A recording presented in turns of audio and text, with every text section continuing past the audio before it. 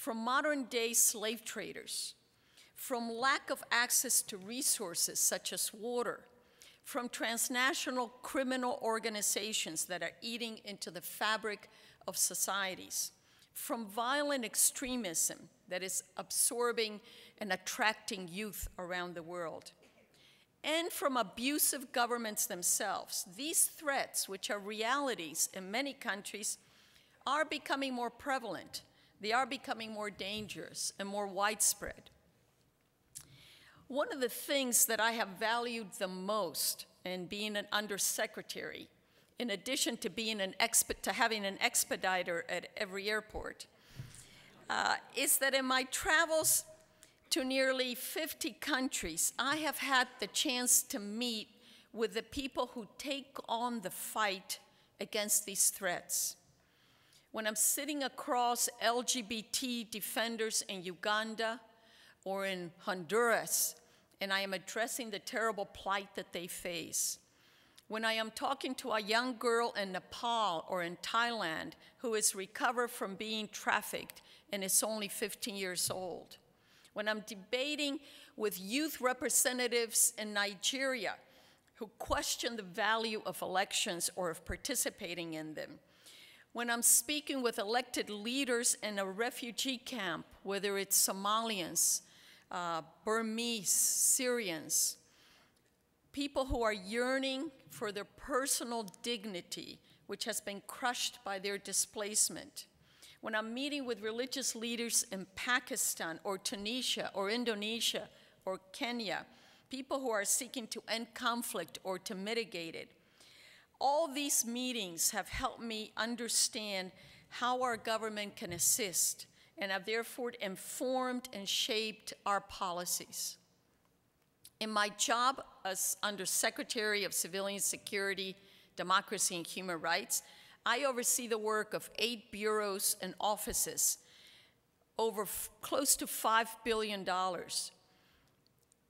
All of their efforts are grounded in one common understanding. We will only achieve sustainable peace when we resolve the underlying grievances of individuals, and we must continue to build institutions inside and outside government that will protect individuals, not just today, but for generations. It is something that also acknowledges that conflict and crisis are present in many countries around the world, and we have a moral, an economic, and a political imperative to help prevent conflict and to lessen its occurrence. This is no easy task. You all know that as well as I do. Civil society knows this very well as well. Earlier this month, I participated in a roundtable with Secretary Clinton and embattled civil society activists from across Europe. Most of them were from former Soviet republics. This was in Dublin, where the Secretary was recently at the OSCE ministerial meetings. These human rights defenders spoke of the challenges they continue to face as they strive to create a space in which they can operate freely. Civil society, indeed, around the world still confronts harassment, intimidation, imprisonment, repressive legislation, and in some cases, torture, as they try to uphold the fundamental freedoms for all citizens. It's our responsibility to help them in that fight. In our work at the Department of State, in the part that we are working on, we're supporting the protection of individuals and ultimately the stability of nations. Each of the elements that we address is one piece in the puzzle that helps governments create more just societies for their people. And I want to highlight that we work closely with AID because AID is a critical player in this important work. It implements a wide range of programs that strengthens democracies. It's a partner that looks at all of these areas and knows that in order for development to take place, these pieces have to be in place as well. Ultimately, over the last 4 years, We believe we have been fulfilling Secretary Clinton's vision of a world in which, as she has said very often, every person has the opportunity to live up to his or her God-given potential. Our goal is to help build just societies grounded in democratic principles that guarantee respect for human rights, provide protection for individuals, and apply the rule of law.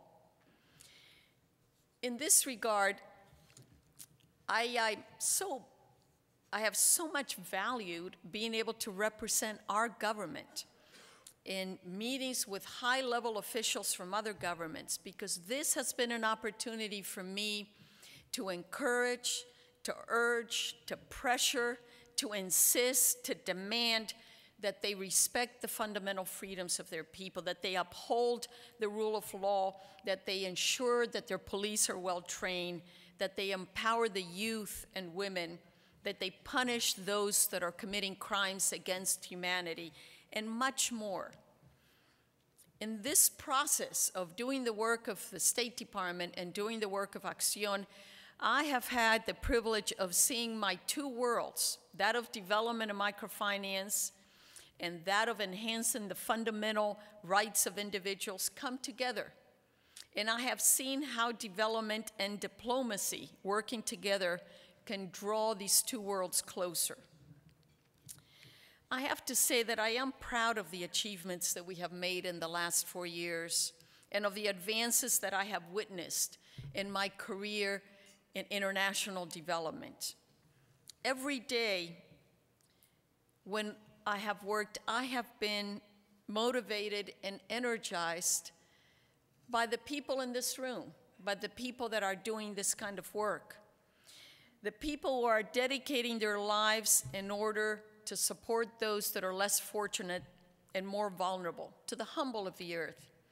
And every day of my career, I have been grateful that I could serve those that need the help the most. John Keats once wrote, "I am certain of nothing but the holiness of the heart's affections and the truth of imagination." I believe that to be true. We came up with microfinance, and it is helping more than 100 million people and their families. Together, we are changing our foreign policy to elevate economic development and the basic rights of individuals. And as a country, we are engaging with the world as never before. What will we, all of us in this room, come up with next? It is up to us.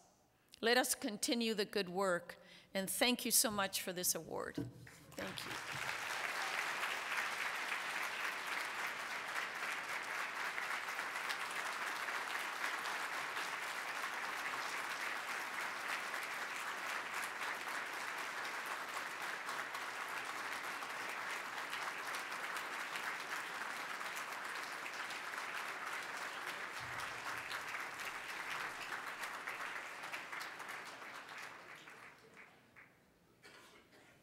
Thank you, Undersecretary Otero, and thank you to everyone for joining us this evening. We really appreciate your support. We look forward to working with you in the coming year.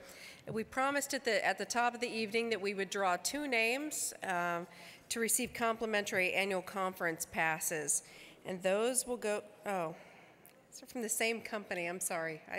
I thought I drew them randomly. So Christine Allison from JBS, and Lynn Losert from JBS also.